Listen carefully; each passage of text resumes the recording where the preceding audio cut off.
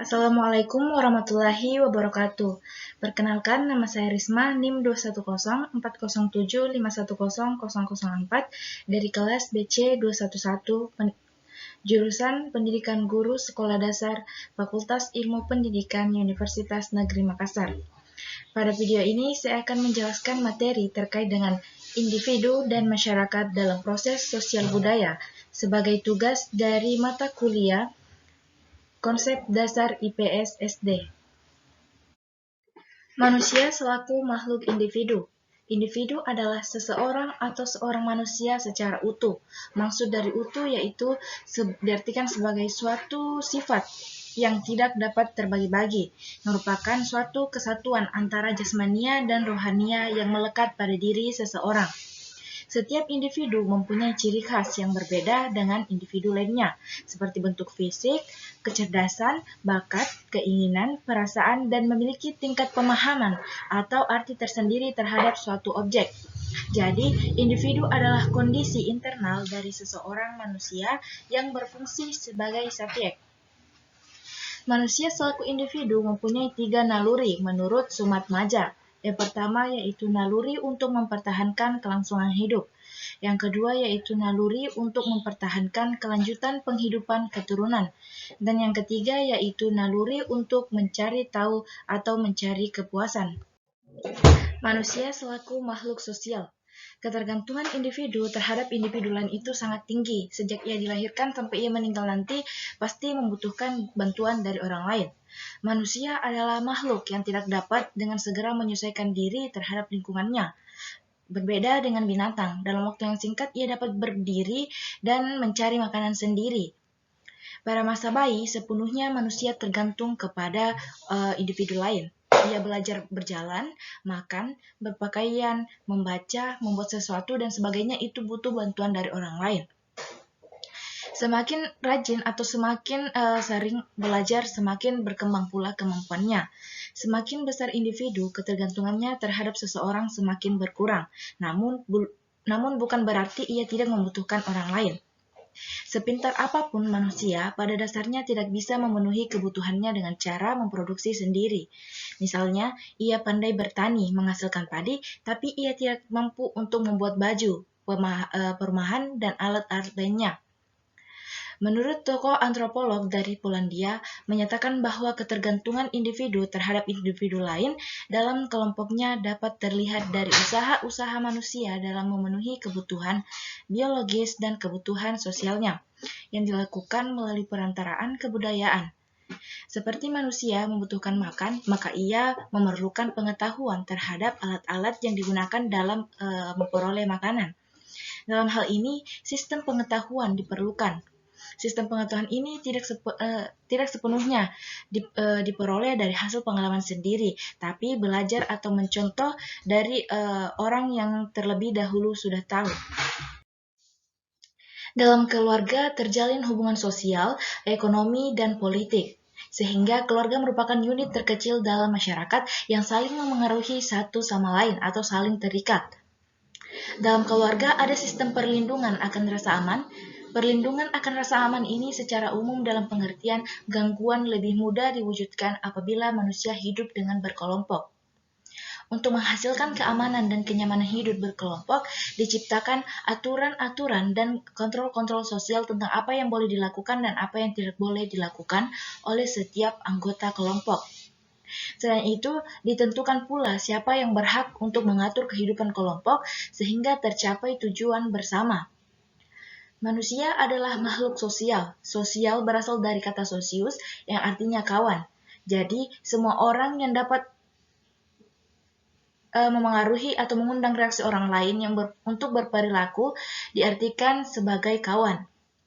Dalam hidup dan berkembangnya, baik langsung ataupun tidak, manusia membutuhkan karya dan jasa orang lain. Manusia mempunyai emosi dan perasaan. Emosi dan perasaan ini perlu ditanggapi atau direspon oleh orang lain, seperti rasa suka, duka, benci, emosi, disukai, rasa memiliki, kasih sayang, marah, dan sebagainya. Manusia baru mempunyai makna atau arti dalam hidup kalau ia hidup berkelompok dengan orang lain. Masyarakat. Masyarakat dalam bahasa Inggris disebut dengan society, yang artinya sekelompok manusia yang hidup bersama, saling berhubungan, saling memengaruhi, saling terikat satu sama lain, sehingga melahirkan kebudayaan yang sama. Menurut ahli antropologi, masyarakat sebagai kelompok manusia yang telah hidup dan bekerja sama cukup lama sehingga mereka dapat mengatur diri mereka sebagai satu kesatuan sosial dengan batas-batas yang telah dirumuskan dengan jelas. Menurut Herkovitz, ahli antropologi mengartikan masyarakat sebagai sekelompok individu yang tersusun mengikuti suatu cara hidup tertentu. Kemudian, menurut Selo Sumarjan dan Soelaman Soemardi, sosiolog Indonesia, mengartikan masyarakat sebagai orang yang hidup bersama dan menghasilkan kebudayaan. Adapun menurut Anderson dan Parker, menyebutkan secara rinci tentang masyarakat adalah yang pertama, ada sejumlah orang, yang kedua, tinggal dalam suatu daerah tertentu, ketiga, mengadakan hubungan satu sama lain, dan yang keempat, saling terikat satu sama lain karena mempunyai kepentingan bersama. Kelima, merupakan satu kesatuan sehingga mereka mempunyai perasaan solidaritas antar satu sama lain. Keenam, yaitu adanya saling ketergantungan. Ketujuh, masyarakat merupakan satu kesatuan sistem yang diatur oleh norma-norma dan aturan-aturan tertentu. Dan terakhir, yaitu menghasilkan kebudayaan.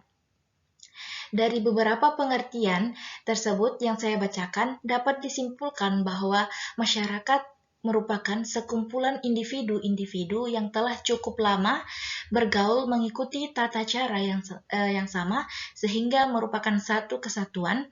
Berdasarkan tempat tinggal, kita dapat mengenal masyarakat pedesaan dan masyarakat perkotaan. Karakteristik masyarakat desa yang terkait dengan etika dan budaya mereka yang bersifat umum. Yang pertama yaitu masyarakat desa sangat bersifat sederhana, kemudian mudah curiga, menjunjung tinggi norma-norma yang berlaku di daerahnya, kemudian mempunyai sifat kekeluargaan, masyarakat desa lugas atau berbicara dengan apa adanya, dan kemudian yaitu tertutup dalam hal keuangan mereka. Menurut Surjono Sukanto, beberapa ciri-ciri masyarakat perkotaan yang menonjol yang pertama yaitu kehidupan keagamaan berkurang bila dibandingkan dengan masyarakat pedesaan. Hal ini disebabkan adanya cara berpikir yang rasional yang berdasarkan pada perhitungan-perhitungan eksak. Yang kedua yaitu orang kota umumnya dapat mengurus dirinya sendiri tanpa bergantung pada orang lain. Ketiga, pembagian kerjasama lebih tegas dan mempunyai batas-batas yang nyata. 4. Kemungkinan untuk mendapatkan pekerjaan lebih banyak diperoleh daripada warga desa. 5. Jalan pikiran yang rasional menyebabkan integrasi sosial berdasarkan kepentingan dan faktor pribadi. Yang keenam, jalan kehidupan yang cepat mengakibatkan pentingnya faktor waktu. Dan yang terakhir yaitu perubahan sosial tampak jelas dan cepat sebagai akibat terbukanya pengaruh dari luar. Status dan peran individu dalam masyarakat. Setiap individu dalam masyarakat mempunyai peran dan kedudukannya masing-masing atau berbeda. Peran adalah pola perilaku yang diharapkan dari seseorang yang mempunyai posisi tertentu. Sedangkan kedudukan adalah posisi seseorang dalam suatu kelompok. Mengingat setiap individu mempunyai kepentingan yang beragam, maka setiap individu dapat berstatus dan berperan di beberapa kelompok sesuai dengan kepentingannya. Setiap individu harus berperilaku dan berperan sesuai dengan kedudukannya agar ia dapat diterima dan diakui keberadaannya. Karena setiap organisasi mempunyai aturan tersendiri, maka sanksi yang diberikan oleh setiap organisasi kepada anggota yang melanggar pun berbeda pula. Sanksi ini bertujuan agar menjaga keutuhan, keseimbangan, kestabilan kelompoknya, sehingga tujuan kelompok atau organisasi tersebut dapat tercapai. Kedudukan atau status seseorang dalam masyarakat ada dua macam, menurut Sumat Maja. Yang pertama yaitu ascribed status, yang artinya kedudukan yang diperoleh tanpa melalui perjuangan atau usaha sendiri. Kedua yaitu achieved status, yang artinya kedudukan yang diperoleh melalui usaha atau perjuangan sendiri. Acuan nilai, norma, dan hukum dalam masyarakat. Pertama yaitu acuan nilai. Telah kita ketahui bahwa Pancasila adalah dasar negara Republik Indonesia yang ditetapkan pada tanggal 18 Agustus 1945. Berarti, tata kehidupan manusia Indonesia baik selaku individu, selaku anggota masyarakat, dan sebagai warga negara harus mengacu kepada nilai, norma, dan kaidah yang terkandung dalam Pancasila. Nilai mengandung pengertian sebagai sesuatu yang berguna atau berharga. Nilai dapat berupa material atau benda dan non-material. Yang pertama, nilai material atau benda biasanya diukur dari nilai guna, yaitu kegunaan atau manfaatnya. Nilai tukar, semakin tinggi kegunaan suatu barang bagi kehidupan manusia, semakin tinggi pula nilai barang itu. Seperti cangkul bagi petani, buku bagi pelajar, mesin hitung bagi pegawai kantor bank, dan sebagainya. Kemudian nilai non-material, yaitu ide, gagasan, atau pemikiran. Nilai non-material dapat berupa nilai kerohanian, seperti nilai keindahan, nilai kebaikan, nilai keagamaan, dan sebagainya. Karena sifatnya yang abstrak, maka nilai kerohanian hanya dapat diukur oleh budi pekerti manusia yang lahir dari akal, perasaan, keyakinan, dan kehendak manusia. Yang kedua, norma. Norma atau kaidah adalah aturan-aturan tentang perilaku, tentang yang harus dilakukan dan yang tidak boleh dilakukan, dengan disertai sanksi atau ancaman bila norma tersebut tidak dilakukan. Dalam kehidupan manusia ada norma atau kaidah berupa seperangkat aturan-aturan kelakuan yang harus dilakukan dan yang tidak boleh dilakukan. Secara garis besar, norma yang berlaku dalam kehidupan masyarakat ada 3. Yang pertama yaitu norma agama, bila mana jika diikuti mendapatkan pahala dan jika tidak diikuti atau menyimpang akan mendapatkan sanksi. Yang kedua yaitu norma hukum, bila mana jika dilakukan akan mendapatkan sanksi penjara. Ketiga yaitu norma masyarakat yang berupa adat, jika tidak diikuti sanksi, celaan, ataupun teguran. Struktur sosial budaya. Masyarakat merupakan suatu sistem sosial budaya, artinya terdiri dari sejumlah orang yang berhubungan secara timbal balik melalui budaya-budaya tertentu. Mereka saling mempengaruhi dengan mempergunakan norma yang sama untuk mencapai tujuan-tujuan yang sama pula. Sistem terdiri dari berbagai unsur, komponen, atau perilaku yang saling terkait satu sama lain sehingga membentuk satu kesatuan.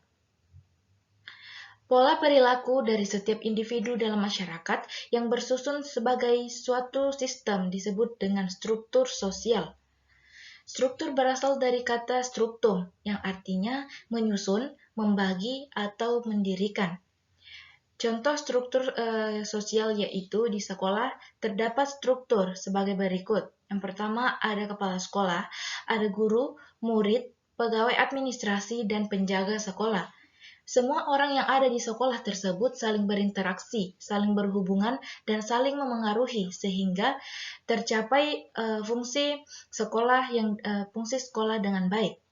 Kalau salah satu dari mereka tidak ada misalnya guru, maka proses pendidikan tidak akan berjalan dengan baik.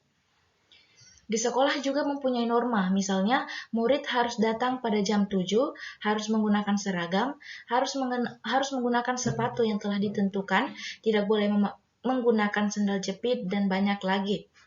Kepala sekolah, guru, pegawai administrasi, penjaga sekolah pun mempunyai aturan-aturan yang hendak dipatuhi. Kalau tidak, mereka akan mendapatkan sanksi. Pada masyarakat yang teknologinya sudah maju, perbedaan sosial lebih banyak disebabkan oleh perbedaan keahlian, sehingga timbul keanekaragaman pekerjaan atau profesi seperti dokter, petani, dan sopir, dan banyak lagi. Perbedaan bentuk fisik manusia meliputi warna kulit, warna rambut, bentuk badan, bentuk bibir, dan banyak lagi. menyebabkan timbulnya perbedaan-perbedaan ras pada masyarakat, yaitu pertama, Negroid, dengan ciri warna kulit hitam, keriting, pendek, hidung lebar, dan bentuk bibir yang tebal. Kemudian Mongoloid, warna kulit coklat, rambut lurus, tubuh pendek, hidung datar, dan tulang pipi yang menonjol. Ketiga yaitu Caucasoid, dengan mata terang, rambut yang bergelombang, hidung yang mancung, bibir tipis, muka oval, dan badan yang tinggi. Selain itu, perbedaan sosial dapat pula disebabkan oleh perbedaan agama, seperti agama Kristen, Islam, Hindu, dan Buddha. Perbedaan suku seperti suku Sunda, Batak, Minangkabau, Bugis, dan sebagainya. Perbedaan marga seperti Simatupang, Simalungun, dan banyak lagi. Perbedaan-perbedaan yang ada di masyarakat seringkali menunjukkan lapisan-lapisan yang bertingkat. Lapisan-lapisan yang bertingkat dalam masyarakat disebut dengan stratifikasi sosial. Pranata sosial budaya. Korjodiningrat mengartikan pranata sosial sebagai suatu sistem tata kelakuan dan hubungan yang berpusat pada aktivitas-aktivitas untuk memenuhi kebutuhan. Kebutuhan manusia sangat beragam, maka pranata-pranata sosial budaya pun bermacam-macam, seperti satu pranata ekonomi. Pranata ekonomi yaitu untuk memenuhi kebutuhan material seperti bertani, beternak, industri, perbankan, koperasi, dan jenis mata pencarian lainnya. Kemudian yang kedua yaitu pranata sosial, untuk memenuhi kebutuhan manusia sebagai makhluk sosial di mana ia selalu membutuhkan orang lain dalam hidupnya, seperti keluarga, perkawinan, pengaturan tempat tinggal, pengaturan keturunan, dan sistem kekerabatan. Ketiga yaitu pranata politik, berhubungan dengan cara, jalan, dan alat yang harus ditempuh untuk mencapai tujuan-tujuan bersama dalam hidup bermasyarakat, yaitu terciptanya ketentraman, ketenangan, persatuan dan kesatuan seperti sistem kekuasaan dan wewenang pemerintahan, partai, dan sistem hukum. Kemudian yang keempat yaitu pranata pendidikan. Untuk memenuhi kebutuhan pendidikan, maka proses pembelajaran berbagai norma, aturan, sistem pengetahuan, keterampilan, dan aspek budaya yang berlaku dalam masyarakat kepada seseorang oleh orang lebih dewasa. Pranata pendidikan dapat dilakukan dalam lingkungan keluarga, sekolah, dengan berbagai jenjang dan lingkungan masyarakat. Yang kelima yaitu pranata kepercayaan dan agama, untuk memenuhi kebutuhan spiritual seperti upacara, semedi, tapa, dan beribadah lainnya menurut agama yang dianutnya.